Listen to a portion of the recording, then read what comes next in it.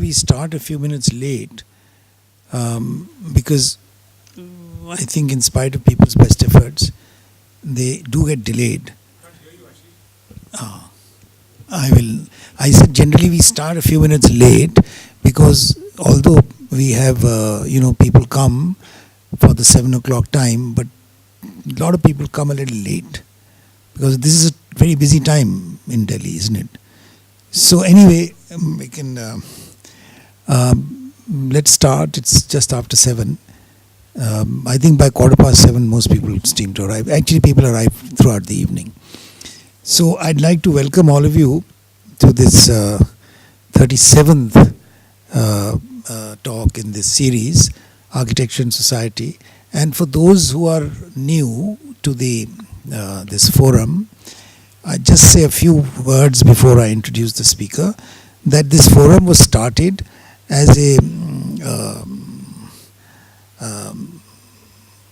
a continuation of a group which used to meet somewhat irregularly, a group of architects who used to meet somewhat irregularly in order to discuss professional concerns which connected us to our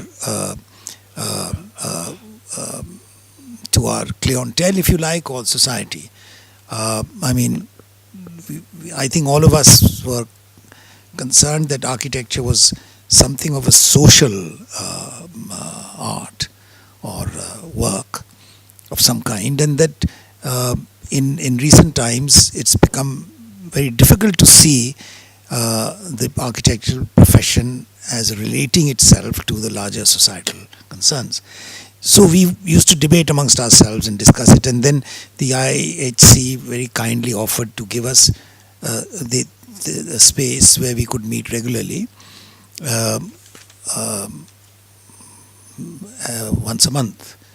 And we started doing it rather tentatively, thinking that, how will we find enough speakers who will want to come and discuss this rather arcane connection between architecture and society. But to our surprise, we've managed to carry on for 3 years now, every month. And almost every month. I think once we missed 1 month somewhere along the line. So, and it's surprising that we don't always have architects who come and speak. We have people from the social sciences, from humanities, and we've had photographers, we've had filmmakers, all different people, but people in some form or another representing society at large. And of course, we've had architects and planners come in and speak. So, so that's really the background of this forum. I'm saying this especially for 1 or 2 people who have not been here before, and it's just to place things in some perspective. So today it is my great pleasure to introduce our next speaker, Priyanka Jha, who is a political scientist teaching at Ambedkar University, and who with her interest in Coomaraswamy's works and writings, is trying to connect it to larger history of ideas, which is her particular quest, is it? Something like that, the search.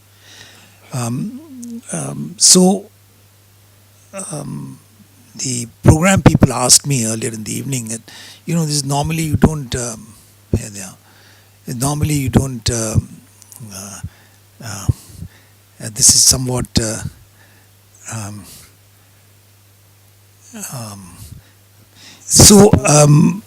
I think I'll just leave Priyanka to your speaking. This is also, I must say that this is the first time we're having a speaker who's operating without photographs. I'm very happy to note that, because I think that, as architects, we're completely tyrannized by the vision, and pictures has become kind of. So this is great, and I'll leave you, Priyanka, to tell us about your thoughts. Thank you so much. So at the onset of my talk, I would like to thank Greha for giving me this opportunity to discuss some of the ideas I've been working with. So my interest is in locating a certain kind of trajectory. If we sort of see it in a formal way, or in a more academic term, it is interested in doing history of ideas and how ideas become very important in shaping the normative. So this interest started with this paper, which is a paper that we do at our master's, which is Indian political thought. And we try to look at thinkers and their contribution and their ideas pertaining to the larger questions of the society and politics. But the manner in which we've done this history of ideas has been a very limiting one, because we've had certain voices that over a period of time became the mainstream, dominant ideas. And unfortunately, many other ideas were left behind. And the need to understand these ideas coming from variety of sources. When I say variety of sources, it comes from an understanding of an art historian. Coomaraswamy is invoked as an art historian. Or somebody like Rahul Sankratayan, who's invoked as a travelogue writer. Or somebody like Dharmanand Kosambi, who's invoked as a Pali scholar.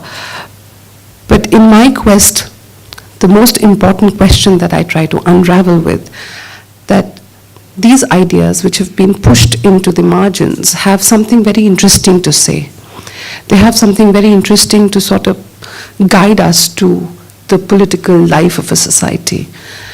And ideas are extremely central in giving a certain kind of foundation to the normative. So my context becomes the national movement, because national movement inspires a lot of questions. Now national movement, and I'm trying to work with this idea that can we really understand national movement as a text, because it emerges as a source of truth. Now the capacity of text is its capacity to enunciate certain truths, propose certain truths, and why these truths become important.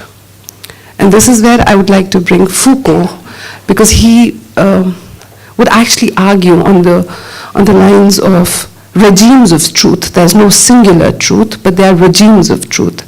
But the manner in which we have done an understanding of how this nation has evolved, or the manner in which national movement has foregrounded the emergence of this nation called Bharat, comes from a certain truth.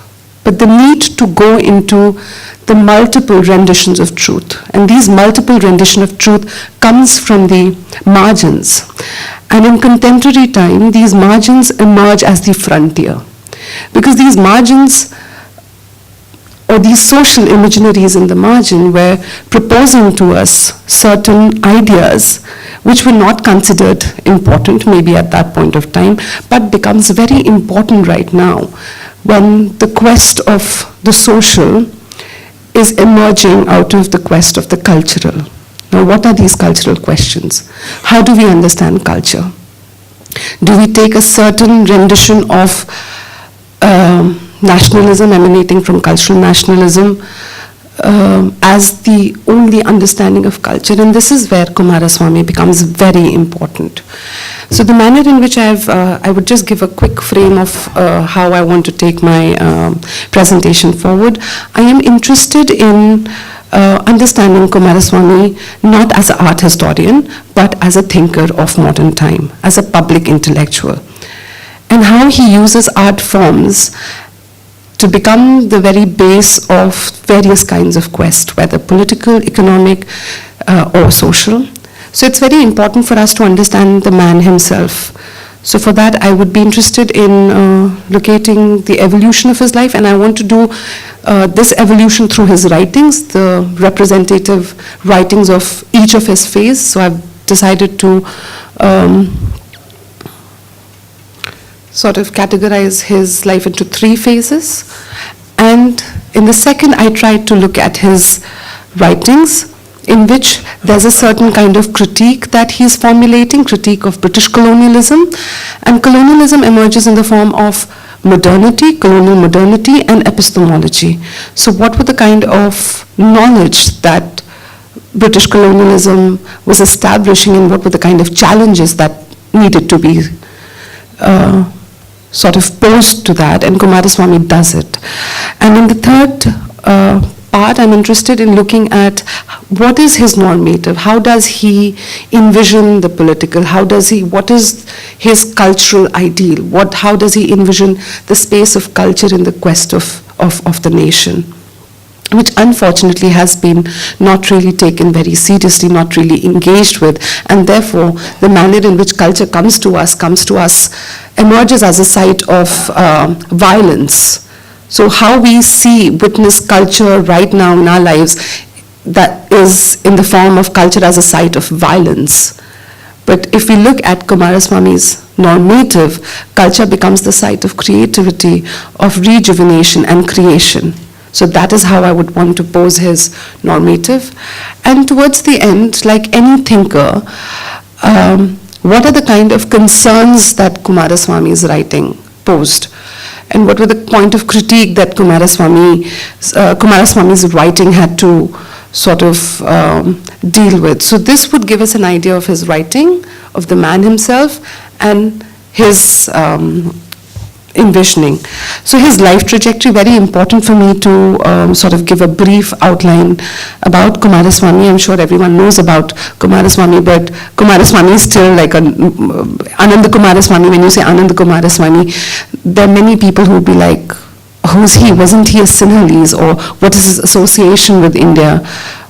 So I think it's important for us to sort of also know the context in which he was writing. So the first phase is from 1900 to 1913. He writes on two dominant themes, which is on nation and nationalist struggle, and the second was the idea of Swaraj. He gives an understanding, he gives a very distinct idea of what Swaraj means in the Swadeshi. So Swaraj became a very important motive of the national movement, and we had large number of thinkers like Gandhi envisioning Swaraj, or Ambedkar envisioning Swaraj, but today I'm interested in exploring the Swaraj in Coomaraswamy. So he tries to write the four texts which are very important in this phase: Ardent Swadeshi, Essays in National Idealism, Message of the East, and Bugbear of Literacy. All these four texts are scathing critique of British colonialism.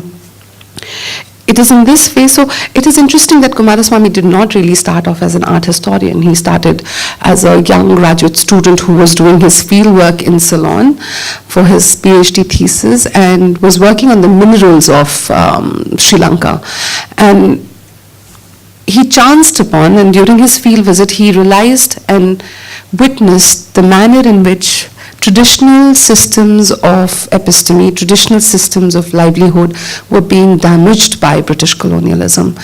The kind of rampant destruction of cooperative setups, the ruins, and the neglect that these sites were suffering from. And therefore, there was a moment of transformation, and he felt that it is very important to not just engage with colonialism on the level of the political or the social or the economical, because this was already being done, but somewhere the cultural, because the cultural way of life, the very Sinhalese way of life was being distorted, destructed, and completely torn away and uprooted and being replaced by a certain kind of vision that the Britishers felt befitting for these colonies. And this experience was something that was not just with regard to Sri Lanka, but also with regard to India, because when he came to India and he was involved in this, because he comes to India around 1901 and 1905, there's Swadeshi movement going on, and he's involved with the Tagore cycle, whereby he starts articulating the need for having one's institution, why the need to have art schools, why the need to have disseminators of what the true art forms were, or with regard to saving these art forms, saving these handicrafts which were just dying, which were completely being uprooted, and he would constantly, this, if you look at his writings, if you read his writings, he's constantly arguing that why art forms become important. And he says that art forms are the conception of a race. And when you uproot or when you destroy art forms, you are destroying race conceptions. You are taking a source away, because that is the source in which people are enmeshed. And this is where I think a lot of communitarians would become important. Communitarians gave a very interesting understanding of the self, which was very different from the atomized notion of the self, because the liberals would say that individuals are atomized being, but the communitarians would say that you can't really treat individuals as atomized, because there's a certain source from which these selves emanate, and this is the cultural source. And Taylor did take this argument forward when he was writing about sources of the self. And Coomaraswamy, it's interesting because Coomaraswamy is exactly making this argument that when you take the culture out of the lives of the people, you have nothing to tell the future generation. You have nothing to guide them from, because these are authoritative horizons. The understanding of the self emanates from the interaction with these authoritative horizons. And these authoritative horizons come in many forms, of which he could say that art, iconography are very important sources. So I think that was the guiding sort of motive in Coomaraswamy's writing at this point of time. And he starts anti-colonial discourse. He sets up an organization in 1907, which is Ceylon Social Review, in which he starts holding lectures. So he takes on himself the responsibility of educating the Sinhalese about the various art forms in Sri Lanka. And he writes this text, which is Medieval Sinhalese Art, as a response to the uninformed, uneducated masses. So this transition is very important, because in this transition you see Coomaraswamy as a writer, as a scholar. And one of the most important things that you sort of see, what are the categories of a thinker? One of the most important categories of invoking somebody as a thinker is what is his contribution to the public life. And his contribution is he starts educating, he starts disseminating, because that kind of knowledge is not coming from anywhere. Despite the fact that Swadeshi movement is talking about indigenous sources of being and boycott, but he actually engages with the question that why do we need to support the Swadeshi? And Swadeshi is not just about one owns production. And this is where he brings the category of Swaraj, because Swaraj is not just independence. If you look at the manner in which Swaraj as a category is invoked during the course of the national movement, because Gandhian invocation becomes very important. If you look at his text, Hind Swaraj, you constantly get multiple layers of the idea of Swaraj, but it all comes towards a certain kind of independence, the independence of the self. But Coomaraswamy takes an argument forward, and he says it's not enough to say that we need independence or freedom, but what is it that one owes? What is one's responsibility? And responsibility not in terms of preserving art forms or preserving sources of being, but what is this involvement of the self? And I think that's a very important political question. What is it that the self owe to the other? This has been the guiding sort of motive of cosmopolitanism. And you have Martha Nussbaum talking about compassion and, opening one's self to the other, contributing to the other. But it's a deeper sort of realization. Because if that realization is there, then the self is a very moral self. This is a very ethical self. And the possibilities of this moral, ethical self that Coomaraswamy invokes in his Swaraj has very little chances of error, has very little chances of violence, has very little chances of injustice. So it's a very deep philosophical outlook of the self in the national movement. It is not just limited to uprooting the British colonizers, but because even if the colonizers go, or they disappear at some point of time, How would we take the responsibility? What would be the nature of the self? Which brings us to his second phase, and he's constantly engaging with the question of the cultural. And he starts, so in the course of his travels, he starts collecting. He has a huge collection and has this big exhibition in 1916 at Benares, and in which Gandhi comes and raises this question that, more than anything else, there's a very important need for us to educate ourselves about our culture, about our civilization. See, this has the trap of falling into a linguistic sort of trap. Because if you look at 1916, it is also the time when a lot of right-wing understanding is emerging about glorification of one's past or the greatness of one's past. For Coomaraswamy, it is not that glorification. It is not that greatness. For him, it is the link for us to know who we were. And art forms is the medium of actually connecting, because if you look at his writings in this phase, which is 1913 to 1930, he starts writing extensively on various art forms in India. So why does he do that? Because there's a monolithic, homogenized episteme that comes from the West, of which European and British authors are responsible, and they start writing about various art forms, and they have huge troubles of generalization. And Coomaraswamy feels that there's a need for having one own historiography, indigenous historiography. Why is the voice of the native important? The voice of the native is important because the native understands the true meaning and essence. So if you look at his writings of this phase, he does a lot of cataloging, because he realizes that despite having an exhibition at Benares and having a lot of people to sort of come, the national movement was not ready to take the cultural question forward.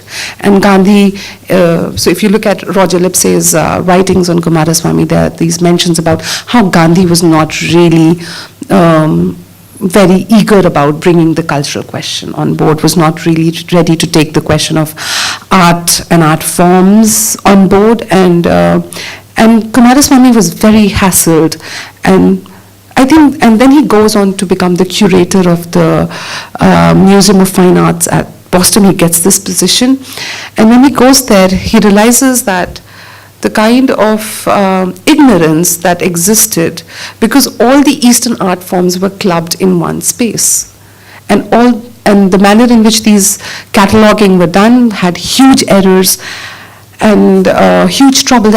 And when you look at his writing of this phase, you come to this understanding that it really pained him, because the trouble was not just ignorance. The trouble was with regard to a certain sense of superiority. So when we look at his critique of British epistemology and writings on Indian art forms, we would look at some of these concerns. And then he starts cataloging and starts publishing. And this is the first time that you have indigenous exploration of Indian art forms. So it's not just limited to Indian art forms, but eventually he moves on to the Eastern art forms, and he brings out fine distinctions within Indian art forms, which has not been done ever before. Now, the important question is, why is it such a big deal? It is a big deal. It was a big deal. It was an important step. It was a revolutionary step, because somebody attempts to narrate one's own past through art forms. And I think we can link to the larger sort of philosophy that he has, or the larger idea that he had about art being the conception of race consciousness.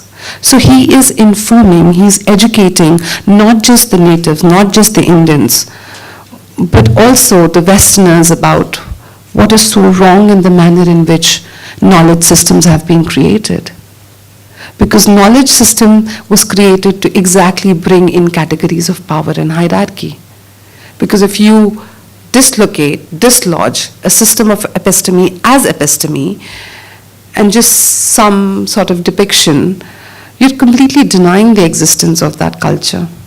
And it fits well within their own sort of categorization of the barbaric, backward, primitive society. You're denying any opportunity or any agency in this society. And that's a moment of agency. Because you're reclaiming it, you're reverting the gaze, you're inverting the gaze. And you're actually telling that whatever's been documented so far suffers from huge troubles. I think that's a great feat. That's a great feature or a feat of nationalism. And this brings us to the question of what nationalism is. Is it enough to say that you hail the Mother India and you're carrying the flags and that's an action of nationalism? Or you're actually informing is a very, I think, doesn't have the magnitude of the kind of contribution that he has. And in his historiography, and he writes the Indian history through the various art forms, and I think this is where art historians are very fascinating. I think the manner in which art historians tell you about history, because they're not selective, they can't choose to be selective, they can't choose to take certain cultures out or certain moments out and distort it for us, because when they're narrating the history, when they're informing us about the history of a nation, they inform us or they tell us about every moment, every contribution, whether that was emerging at the time of the Harappas or emerging at the times of the Mughals. I think they're the real preservers of one's history, because history is so easy to be distorted. And when you distort a history of a nation, you're distorting many ideas. And I think this brings us to the first question that I was raising. Why are ideas important? Ideas are important because they help you understand the very essence of what civilizations have been or what cultures have been. And Coomaraswamy understood this responsibility very well, this role of him as an art historian. Because as an art historian, he took on the responsibility of informing at the time when there were divisive writings written about the glorious phases of Indian history and the degenerative phases of Indian history. In fact, if you look at the British art history, they do refer to the phases of Mughal as not as glorious as the Guptas. And Coomaraswamy says that there's a certain syncretic tradition. India as a culture, India has a certain kind of civilizational matrix of which culture is a very important essence. And when we talk about culture, there's music, art forms, iconography. And it's been a very syncretic tradition. Each culture had a very important role to play in this idea of India. The India that we understand today has not been the contribution of one culture, but it has been the conversations of many cultures, which has been unfortunately distorted or taken away. So now coming to the third phase, which is 1930 to 1947. This is this phase represents his writing as that of a philosopher. So towards the end of his writing phase, and Coomaraswamy has written extensively, he says that his writings are informed by a certain kind of philosophy, and that philosophy he calls as philosophia perennicis, which means that, and he brings it to the author, brings it to the audience, that despite various distinctions between cultures, and cultures are informed by religious traditions, there's a certain essence of each of these traditions. And the essence has been to engage with the quest of the human and the quest of the human condition. So if one attempts to bring all together, one would realize that it's the same message. And similarly, the binary, and interestingly, he's somebody who corrects himself. So if you look at his first phase of writing, he's very astute about the East-West binary and dichotomy. Towards the end of his life, he's saying that, yes, there is this distinction between the East and the West, but there is the capacity for both civilization to bridge, to come together. And there's so much that the East can offer. Because East is guided by a certain kind of spiritual tempo, and that spiritual tempo comes from a certain cultural essence, from a certain civilizational matrix. So East can actually, and there are these amazing traditions that East could really save the West from, because the West is completely under a certain kind of industrial capitalist order. See, one has to realize that Coomaraswamy was influenced by the Fabian and Guild socialists, and people like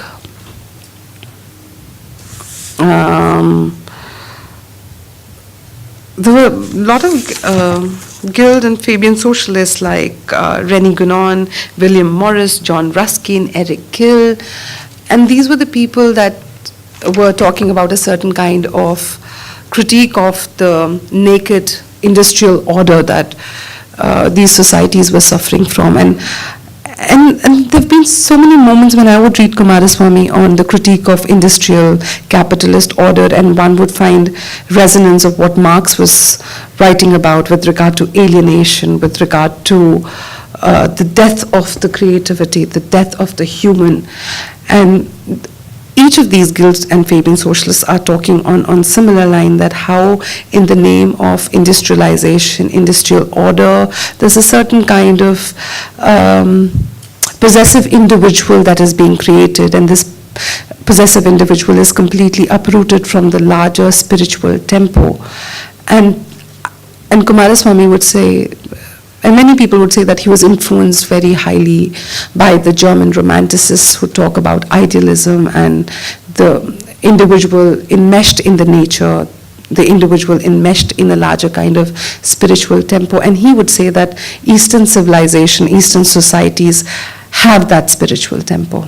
Now, the reason these societies manage to have this spiritual tempo, because these societies have been the very fountainhead of some of the greatest exemplars, these iconic men and women. And these exemplars were, he would call, so for my MPhil I'd done this work in which I was trying to read how Coomaraswamy invokes Buddha as that exemplar.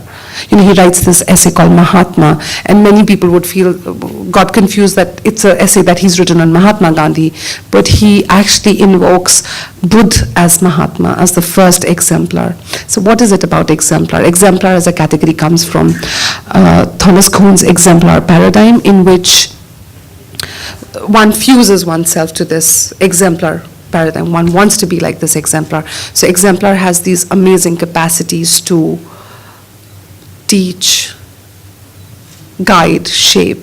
And he feels that one of the first civilizational preceptor was Buddha. And one has to just read the life of Buddha to understand why he succeeds in being the exemplar, and how his ideas so seamlessly traveled across the world, especially in the Eastern society.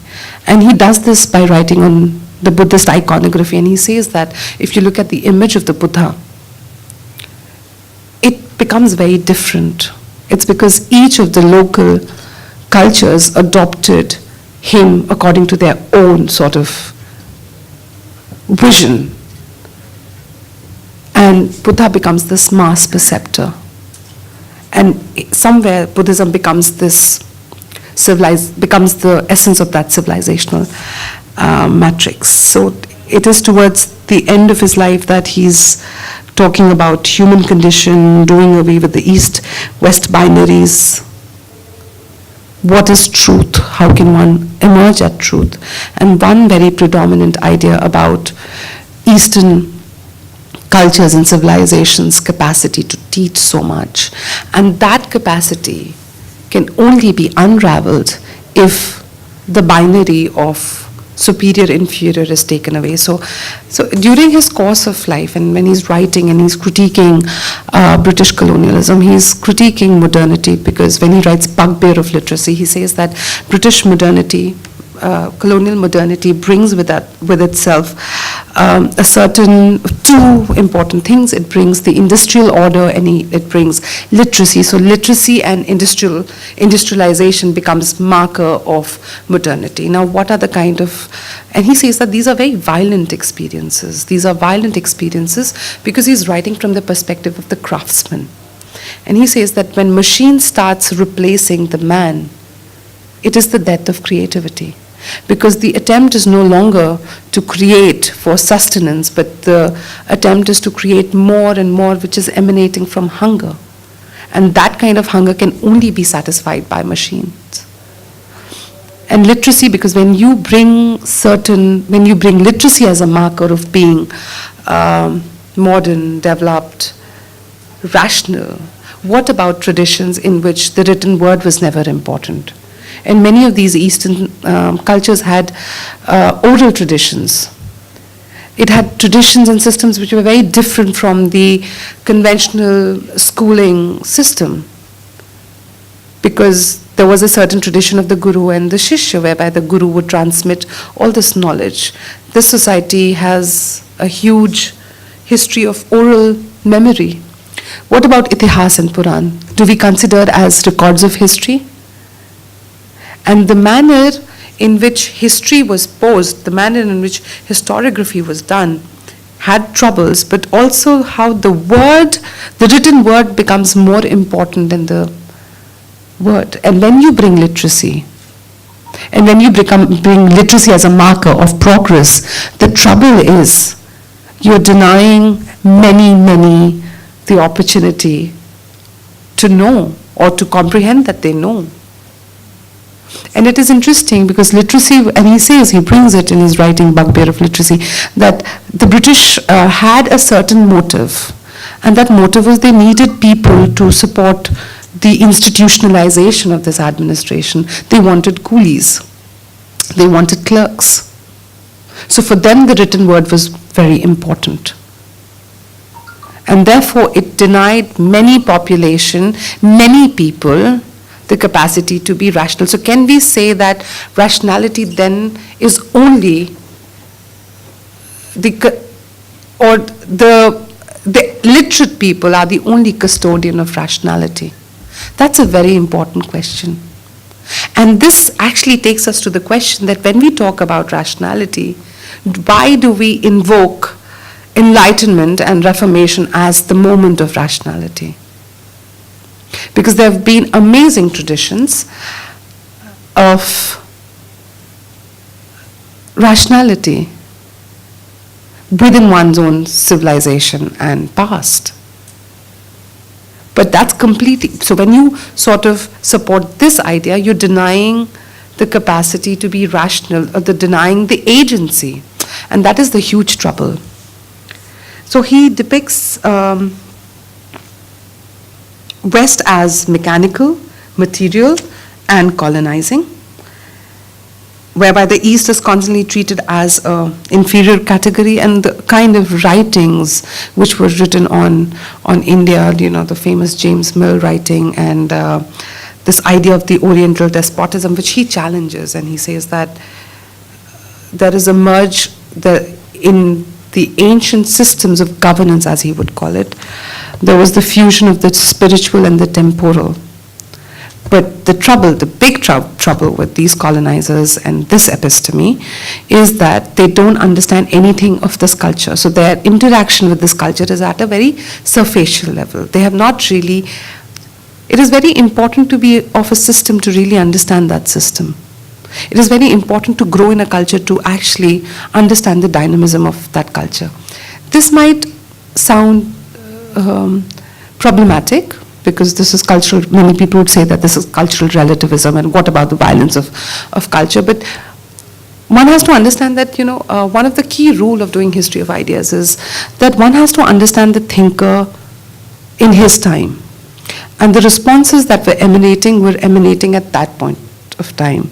And is it enough to take our 21st century subjectivities and understanding and pose whether these thinkers were progressive or non-progressive?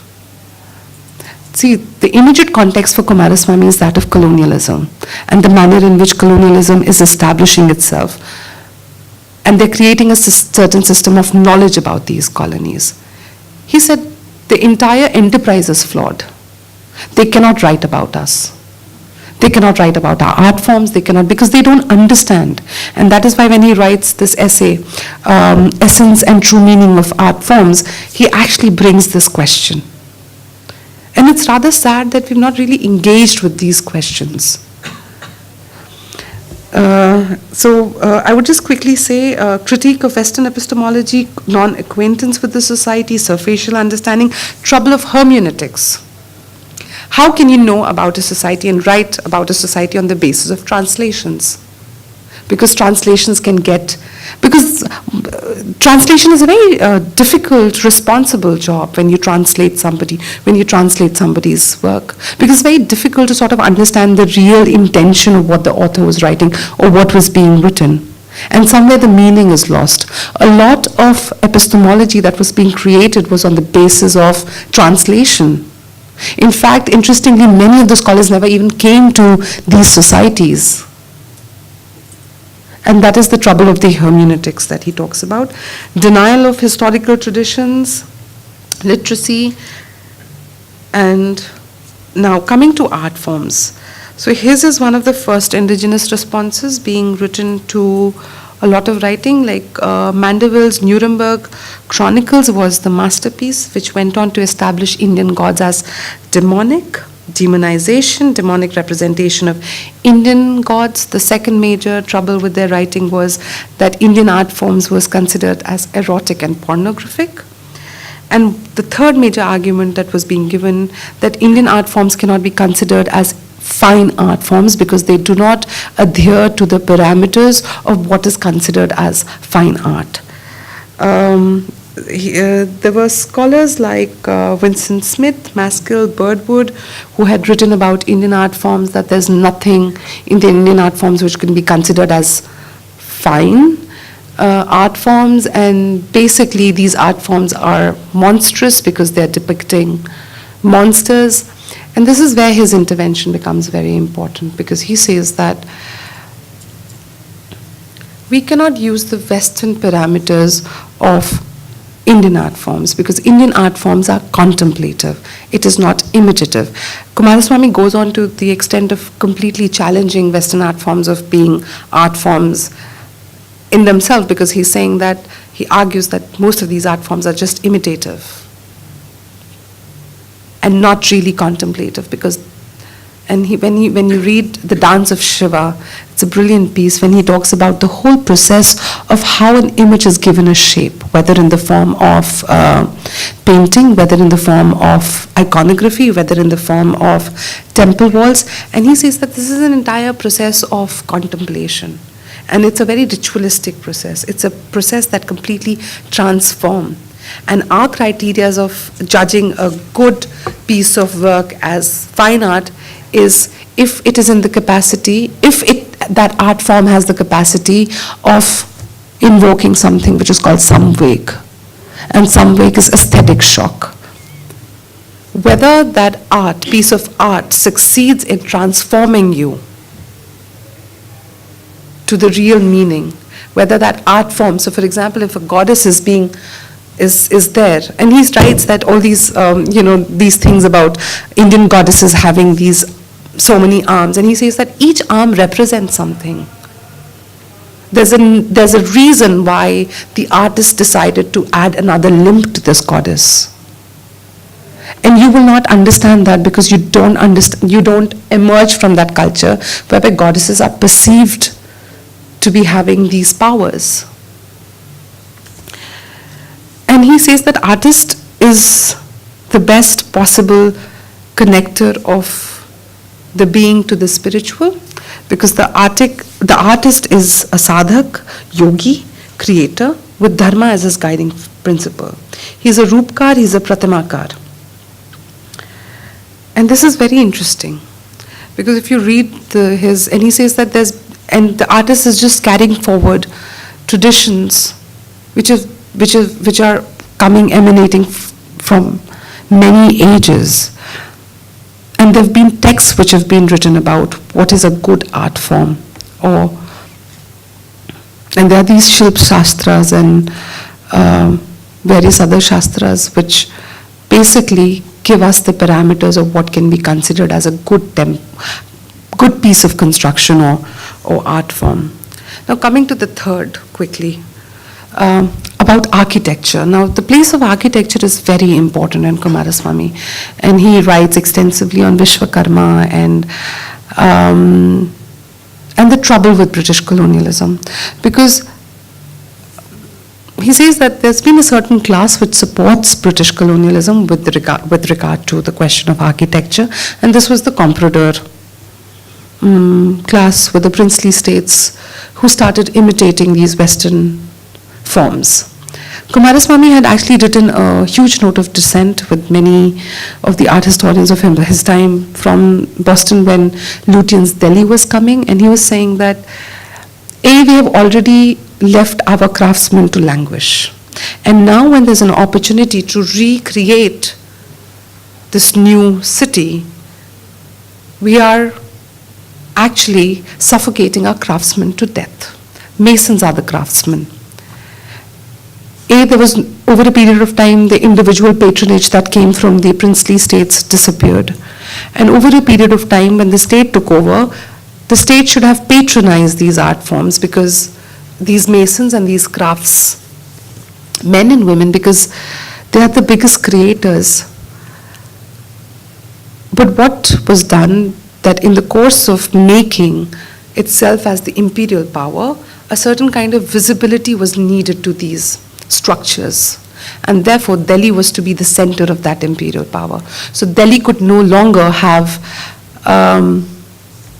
architecture which was classical or Indo-Saracenic in nature. They had to be European, they had to be British. Therefore, large number of masons were brought from Britain to create the Lutyens' Delhi. And when this was being done, he said that this is a huge violence, because you're completely disconnecting the future generations from its own past. Because this is not our architecture. This is not the architecture that we've known or our masons have been trained with. We don't have systems that our crafts people come from. It's a completely foreign, alien thing to do. And this was completely, this response was neglected. This response was not really taken into consideration. And none of the national leaders took this question. When Delhi was being transformed, or when the princely states were transforming their villas, like Raj Villas, Lakshmi Villa Palace, all these places, they were completely European, because there was a blind aping. But what was the trouble with this blind aping? The trouble with this blind aping was that systematically suffocating one's own indigenous systems of tradition and knowledge to death. And I think these interventions are very important vantage points. And this is where, so if you look at his critique of British colonialism, you would see how culture is being treated as a site of violence. And in his normative, in his envisioning, in his ideas, culture becomes the site of creation and rejuvenation. Because it is from the site of culture that the responses had to come. It is from the site of culture that new India had to be envisioned.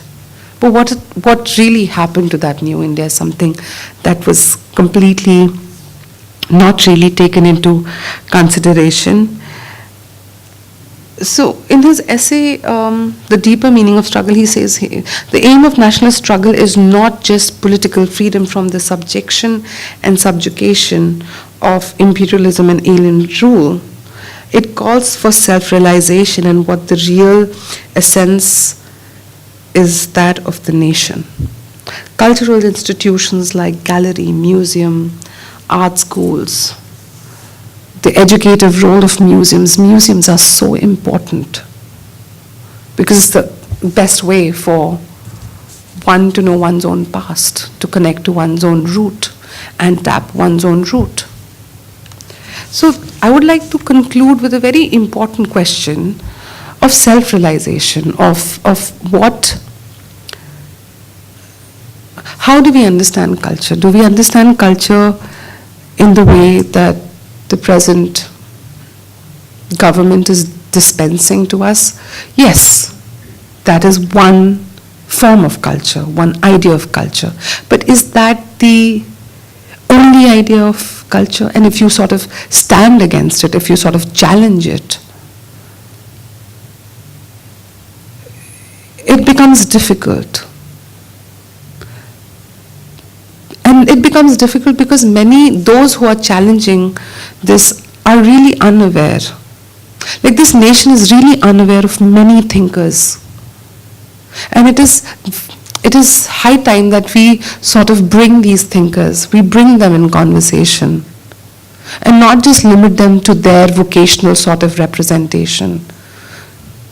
Because this idea of India is a very dynamic idea of India. There have been many voices that have contributed to this. But this politics of appropriating certain thinkers, so each regime will have their own thinkers, because that thinker would be sort of filling in the larger sort of ideology of that regime, right? And we've seen that over the last 4 years there have been new kind of thinkers. It is important. The aim is not to dislodge these people. These thinkers have been very important. But what is important is to bring other thinkers and let's have a conversation. Let's try to see if there's a dialogue which is emerging from these voices. Because these dialogues would then actually be a huge sort of resource to how we can make India what it is. And diversity is so important, because diversity actually allows us to have many alternatives. But to sort of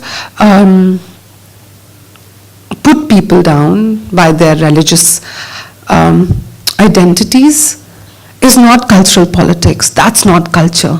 Religion is just one of the identities, many identities of what a cultural identity is. And the trouble of celebrating one aspect of culture is that the culture can be highly violent.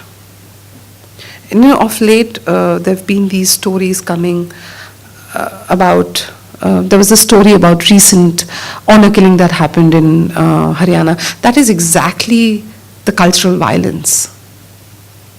Because that is just one interpretation of culture. So the need to do a very serious rethinking and do a remapping, having these multiple voices. It's interesting, I was just discussing it with my students, that when we do the narration of the national movement, there are all these male thinkers, as if women were not there. And you have only few women leaders, who became popular and famous. But there have been many other women who were witnessing the movement, who had very interesting things to say to the nation, who had very interesting, fascinating ideas of what the normative is. But somewhere that's lost, because we've not really seriously engaged with these ideas. So I'd like to conclude my presentation with the first thing that I said, that ideas are very important, but there's no singular idea, there's no monolithic idea, there are multiple ideas. And multiple ideas have multiple sources, and I think we need to bring all these sources together to have a real dialogue. Thank you. Thank you very much for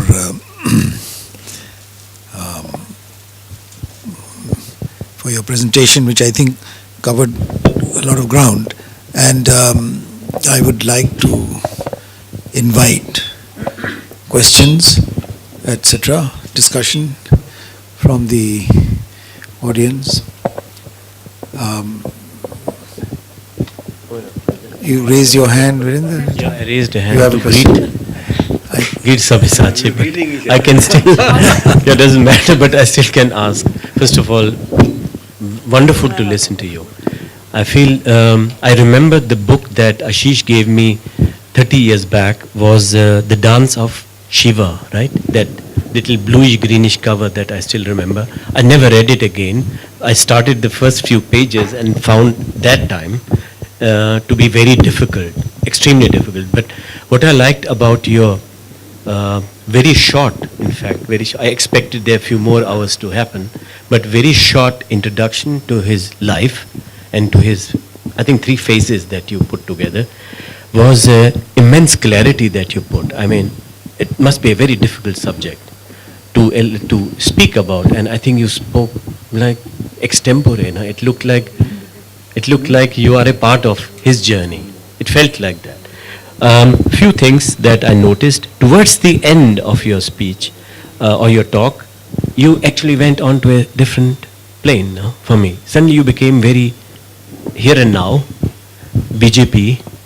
I don't know why that happened, but assume that is what I figured. I figured out there was some break there. But let me go back to what you said initially. Two things that I observed, which I feel like you could most probably pick up, is critique of Coomaraswamy, your personal critique of his thinking, which is maybe 100 years old now. I would assume maybe lesser than 100 years. I'm not so clear about that. The other is the statement that to understand the nuances, I simplified it because your lecture, so these terms that you use are just, I will get somewhere wrapped here with my term. But I think the limitation that a language has to understand another culture, we know that from all languages. It's not only because we are very diverse in our culture that it's difficult to understand each other. Though there would be, it is strange, we have 14, 15, 1600, 200 languages in India. So yet there seems to be a matrix which connects us also. So language in one way is a limitation factor, yet it transcends that as well. And with that is linked my question. You spoke throughout in English. You have maybe learned Sanskrit. Yet you were able to most probably describe in a foreign language a subject which is very cultural, inherent to India. So there seems to be a possibility. There seems to be a possibility that one can drop the bias of languages to understand other cultures. Within India, because of different languages, across the globe. And therefore that got me actually back to the critique of Coomaraswamy. There seems to be very much a critique required. We can't take it on face value. Maybe they're inherent, the time, I know it from Sri Aurobindo also a bit, because the period where these guys are working is a period which is certainly revolting against invasion. The invasion that is violent for India. Certainly there is this undertone.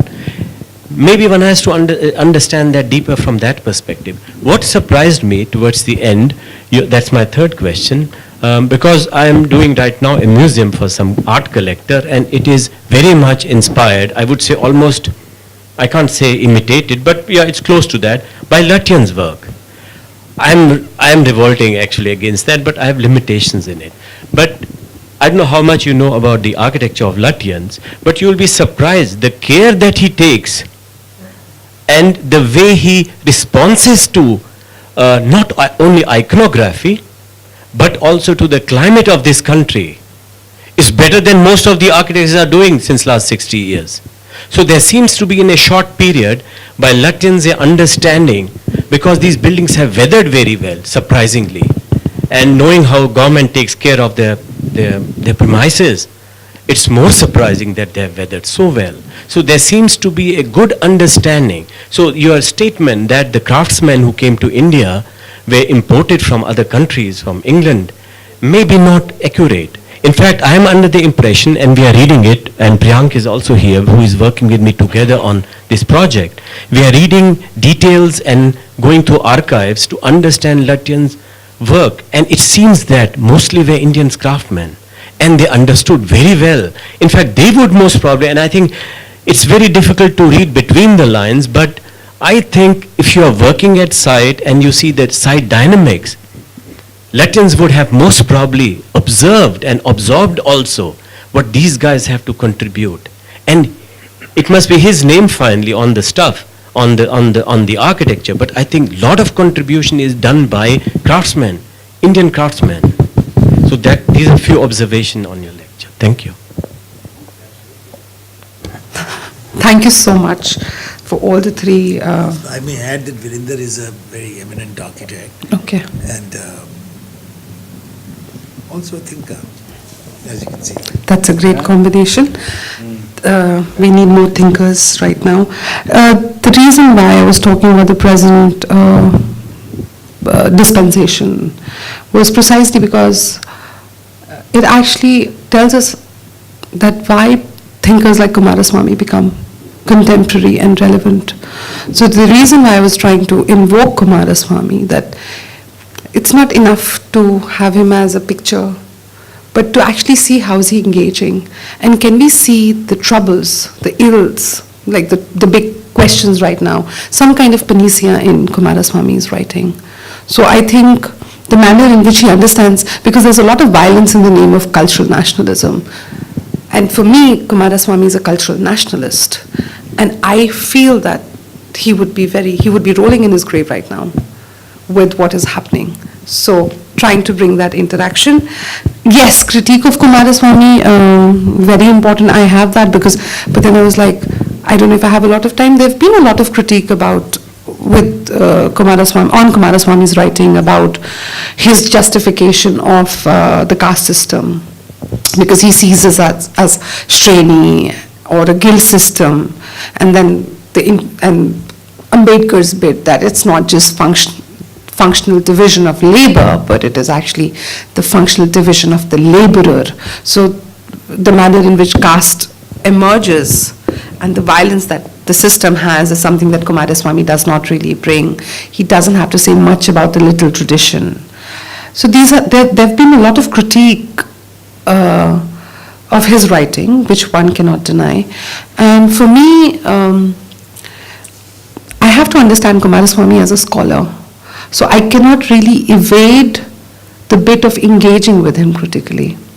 Because while I was reading him and I was working on him, there were moments of discomforts, because the manner in which he goes on to talk about culture, and me being a feminist, I would have huge troubles with regard to celebration of culture to that kind of totality. So there are these troubles. One cannot deny these troubles, and it's very important for us to engage, and that is exactly when we talk about rationality and truth, that it is very important for us to engage, and we cannot take everything in toto, and we cannot really say that this is the ultimate truth. But what I'm trying to say is that there's a certain truth which needs to be brought on, because that will give us the complete picture. And yes, the need to engage with Coomaraswamy critically. The bias of language, I don't think I made myself clear. It's not just not knowing language. Language is like the spoken, but language in the sense, the semiotics of a culture. And the trouble is that British colonialism did not understand the semiotics, did not engage. They were basing themselves and their ideas on assumptions, on very little knowledge. If I say that I've read something about for example, some tribal society, can I say that I can be authentic in my understanding of that society? Just by reading, probably there would be translation. I would say no, I will not, because I'm not really engaged. I can have a certain understanding. No, I can explain that society, but I can never say that I understand that society. Because for understanding anything, for sort of doing anything, it has to be a combination of explanation and understanding. And that is the most important vantage point for doing hermeneutics. And the methodology was completely wrong. The manner in which they were doing it was completely wrong. So I think that is the trouble that Coomaraswamy. So it's not just limited to the language. And Lutyens Delhi, absolutely, maybe you would be correct. What I was trying to present was his displeasure with Lutyens Delhi. Because when this idea came, there was all these ideas of constructing it, which was alien to the Indian craftsman, Indian mason, and he in his writing actually gives evidence of the non-involvement of the Indian masons in this act. So probably it'll be interesting, because I don't know as an architect, but for me it's important to understand him as an art historian and the politics of his art history. Because nothing is non-political. Each of the thinkers, their utterances, their being, it has politics. And me as a political scientist, I'm interested in understanding the politics. So I'm interested in understanding the politics of his writings. I hope I'm clear. Thank you. Well, could you say something more about the difference between contemplative and imitative art forms? And how is that politically important?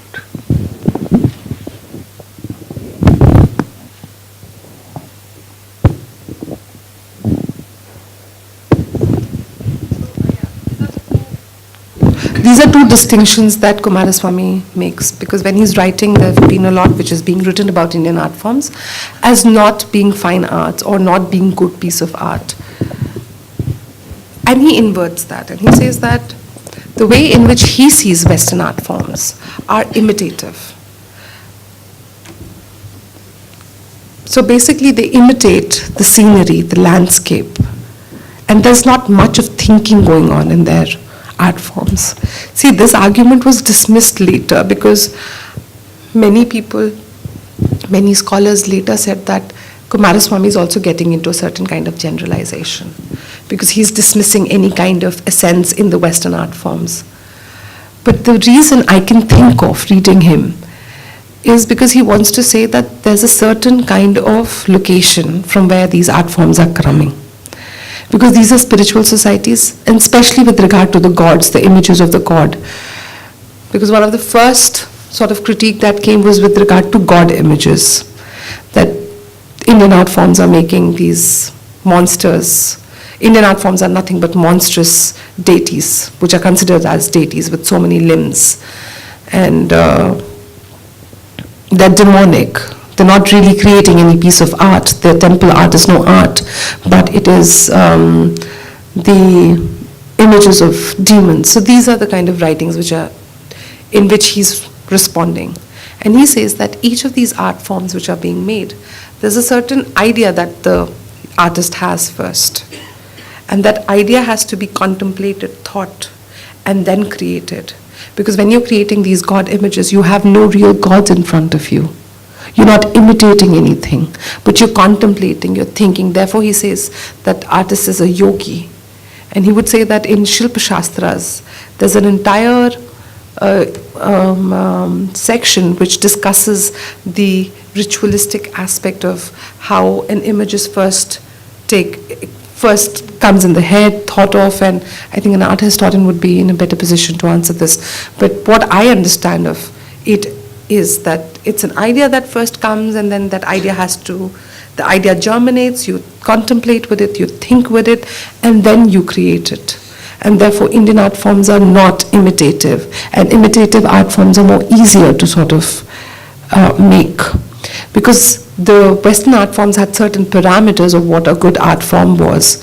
And this is what he would say, that just because it does not tally your parameters, and we have our own pramanas, we have our own way of doing that, and it fits in that. And therefore one of the pramanas is aesthetic shock, samveg, that when you look at a piece of work, does that piece of work bear the capacity to take you to that spiritual level that the artist is contemplated and thought of while creating? So it's a spiritual process. It's just not an act of creation. It's a process of transformation. So there's this work, Transformation of Nature in Art, is the book that he writes about this entire, justifying the distinction of the Indian art forms, being contemplative than just being imitative. Can I? Sure. The second part of it. What is the political significance of this distinction between contemplative, political, yeah? May I, Sachi, before you go to the second part, may I just try to, because what you were explaining is quite important, and because it's so relevant. Verinder, you may please listen to this carefully, that it is so relevant to contemporary art practice, and something that we grapple with every day. The distinction that I make between imitative and contemplative is as follows. Imitative because you are relying entirely on your sense perception. What you see as physical phenomena is the extent of your engagement with the form. Okay, and it stops there. What happens if what you see is not taken seriously? And I mean that what you know is more important than what you see. If you can get to what you know and depict that, the formal language changes. The parameters change. You see, you can have the parameters of the Western, and you can have the parameters of the East, or whatever you like. I mean, either way. But the distinction really, to my mind, is that what you see by just using your senses gives you a different matrix. What you see when you go beyond your senses, which is a very standard practice in all our yogic efforts in aesthetics as a whole. So the notion of transformation is crucial here, which you have raised. I think it's very important. I mean, Coomaraswamy raises it, I suppose. It's very important, and that transformation is the key. And it'll actually, in a way, beg your next question as well. Because what is politics about? Okay, so now I think you can go and ask your question. I'll come back and answer. The question was that what is the political significance of this distinction, which means, does it change the notion of the political at all? And what would the transformation be? For instance, if you go by political being defined by the state, anything that is associated with the state is political. Does this dislodge that understanding of the political? And if yes, then maybe how would you then rewrite the national movement with this distinction in mind? You began with a text, right? And we know the text that comes from a particular understanding of the word political. What Coomaraswamy is doing, as I understand, is dislodging that idea of the political and is giving me a different set of categories, different set of words and terms, a different set of sensibilities by which you can now look at the entire colonial history and write another text. And to me, the central element of the text is this distinction between what is contemplative and what is imitative. It is an epistemic distinction which I think also gives you some idea of what is the notion of the political outside or independent of the state. So maybe if you have to say something on the idea of Swaraj and this idea of the political. Thank you so much. It's very interesting. And I think you're closer to Coomaraswamy's understanding of the contemplative and the imitative, and this is what he would say about that the art invoking Samveg, and does talk about Rasa Siddhant, that our parameters of understanding a good art form is whether it succeeds in invoking Rasa. And that's the ultimate criteria of the aesthetics. Because our art forms are not just into objects and depictions, but it's an aesthetical experience, and aesthetics become, invoking Rasa and aesthetics becomes very important, which does take us to your understanding that the definition of the political would be predefined. It will take us to sites outside the state. Because, and this is what he would say, the trouble with the national movement is that it is overtly, it has huge overtures of dislodging anything but the political. The social, the economic becomes part of the political. The important question for then the movement is political. And he would say that, therefore when he defines the Swaraj, Swaraj is not just political freedom or independence, as many people would, many thinkers would say. It's a journey which is about completely transformation and that self-realization, connecting you to your deeper self. And that is the kind of extension that he would want to see in the political movement. And that is what he would want to see in the future normative, in the nation. Because for him, that is more important. And I I think I would want to think more on these lines. I've not really thought of this, but this is something to really think about, that what could be the possible avenues. Can I follow up with one more?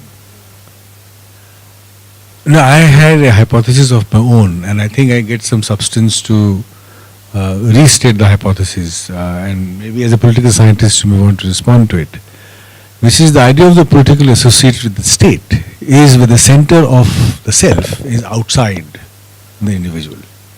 So you're looking for your center which is out there. So your affirmation comes from what the state describes to you as a normative for your own life. But when you look at Coomaraswamy, when you look at the distinction between the contemplative and the imitative, the political is when the center is within you. You don't need affirmation from the state. You need an affirmation from your own center. And that completely changes the entire notion of politics. So this is a hypothesis that I work with. And that is why Buddha is an exemplar for him, is the Mahatma. Would that be a correct formulation? Yes. And that's why he would say the ultimate, because for him, what is he that he's seeing in the Buddha? He's seeing the exemplar in Buddha, because he's the ultimate perceptor, icon, guide of what the civilization could be. Something about Eastern civilization is something that draws from the values that Buddha stands for.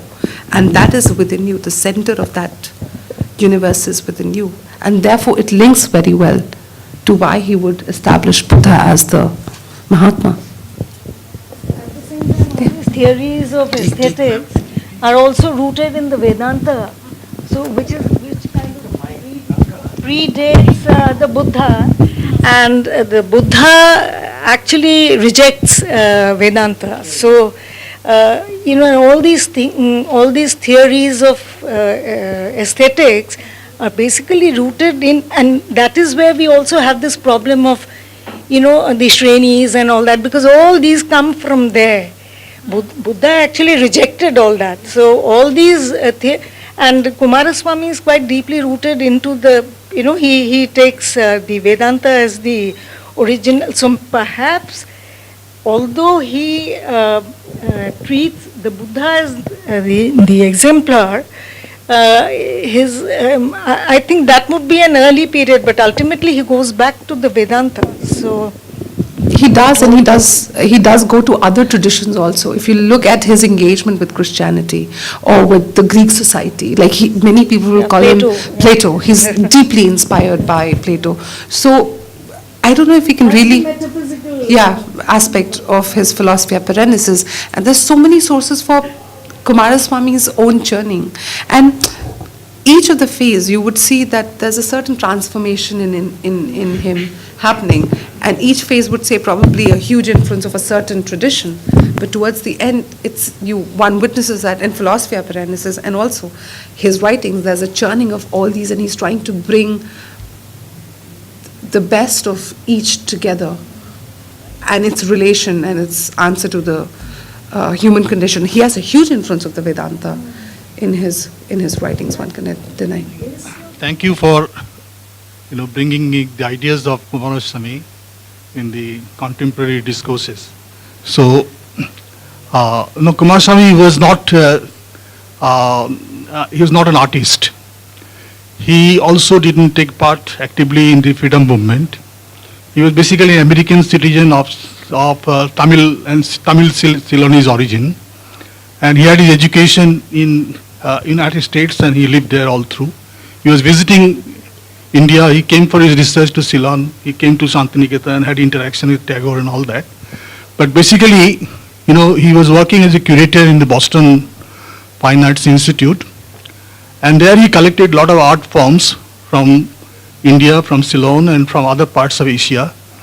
And he was basically, in his writings, trying to interpret this art to the Western people. Basically, he was an art historian. He was an art critic. So I was wondering, in the courses of his critique of these arts and writing the history of the art, he was trying to basically interpret the Indian art to the Western audience. and bringing out the essence of it, because in various writings in those pages Indian arts were being ridiculed, and in that context he was trying to discover India. So I was wondering whether it will be taking it too far to consider him as a philosopher, or as in the platform, or same with the other Indian contemporary thinkers like Aurobindo or Tagore or Mahatma Gandhi, who had some ideas to offer for rebuilding our nation.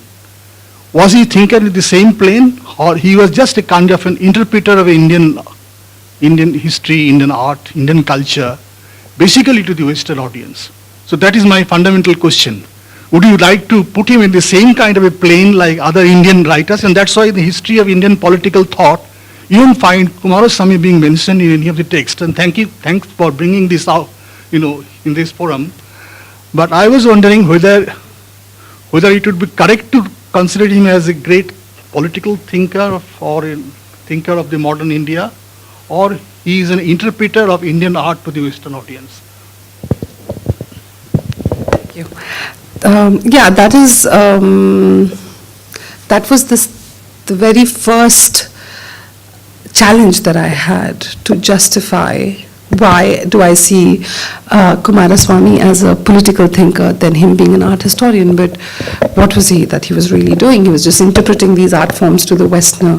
What is so great about it?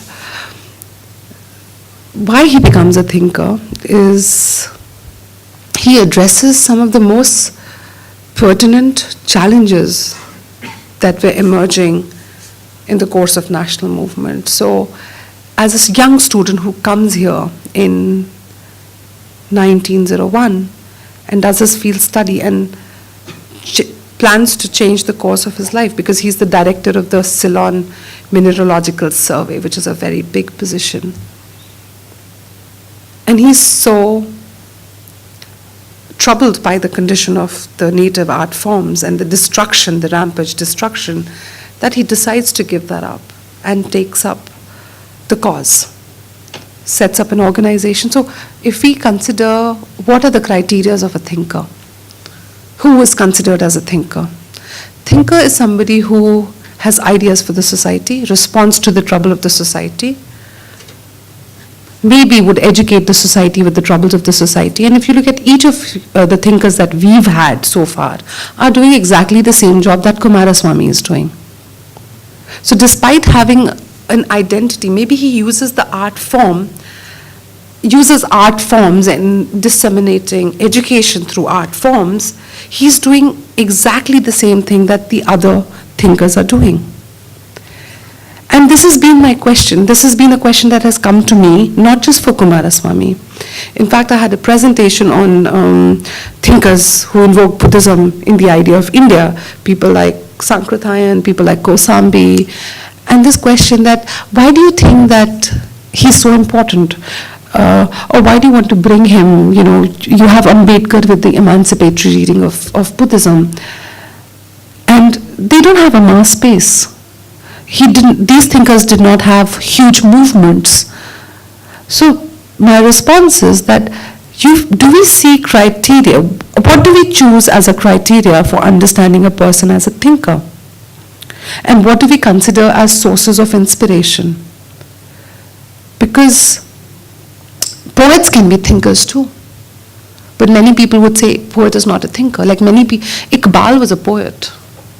And many people would say that he's father of Pakistan or whatever. But he wrote the most revolutionary poems. And these poems are considered as texts in themselves. And he becomes a thinker. So I would say that the choice of using art forms and cultural nuances for doing two things. Thinkers do two things. They critique and they give a normative. Therefore, national movement also becomes a text for me. So Coomaraswamy is exactly doing the two things. He's critiquing, challenging, and he's giving a normative. He's not just limiting himself to saying, oh, there is Rajput, you can't homogenize Indian art form, there's Rajput painting and there's Kangra painting. He would say that the reason why we need to understand the Rajput and Kangra painting is because of the differences, distinction, and what is the life world that these art forms are depicting. So he does not just limit to giving information about art forms. He actually engages the positionality of these art forms in the life worlds of culture. Life world would be a difficult word for the sociologist, and I use it loosely, but as the life system. So I consider him not just an art historian, but an intellectual and thinker of modern India. Thank you. I have a question, Virendra. That I would like to share with you. See, we are comparing here, just a thought, it came up as Sabyasachi spoke. So, we are comparing Indian art and Indian art as manifestation in form of, say, the goddesses, in form of sculptures, music, painting, landscaping, all those architecture, with, say, the Western. Maybe there seems to be a little fallacy in this comparison, because we are missing out, which Ashish pointed out, the art form, if we can call it art, maybe it is not even art, it goes into a very different realm. The entire of yantra and mantra, which is developed, which Europe doesn't know, not that I know it, that Europe has that you have tools which actually take you into the realm of, and into the realm of transformation through contemplation.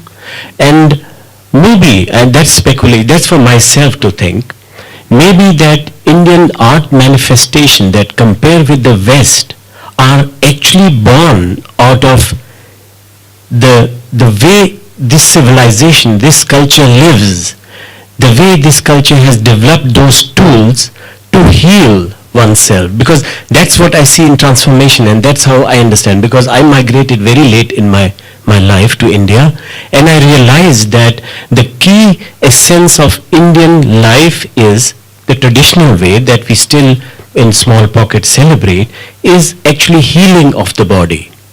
The food habits, the yoga as a form of exercise which rejuvenates you, regenerates you, as against, say, the athletic, the all these games that Europeans know.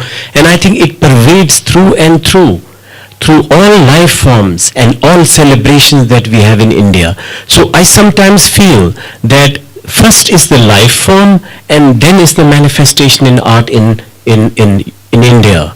While in Europe, there seems to be a dichotomy between the art form and the life form. There is not, I don't think you can compare both, and think that's my critique to, if he would have done it, Coomaraswamy, that he is comparing two things that are not comparable. Yeah, that's been one of the critiques, that he is very limiting in his critique of Western art forms, and there are many other art forms that doesn't even, so he's doing the same thing of generalizing. So there are these critiques, these are the troubles. Probably this could be treated as one of the criticism which I need to get deeper into, and I have my troubles with him. But what is important is that that's a mark of an intellectual, that his ideas and opinions creates this kind of conflict, transformation, fermentation, yeah, it's fermenting new envisioning. So I think, and that is the reason why there's not really been dealt so much seriously, and the need to bring him out and discuss about him and his work. There are many scholars in France. I remember having bumped into a few of them. The French one I don't remember, but Max Muller we are familiar, Humboldt we are familiar, Johann Wolfgang Goethe we are familiar.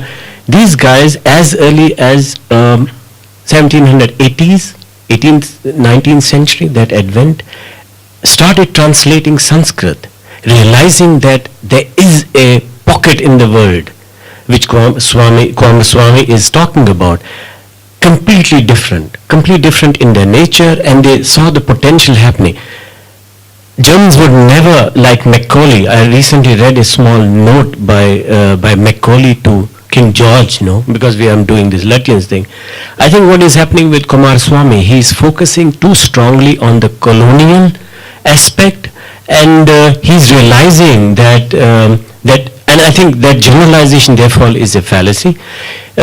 Colonial aspect was about disintegrating, fragmenting and destabilizing the confidence of Indian culture and Indian people in themselves and their skills. And that they achieved, they really deconstructed the whole culture.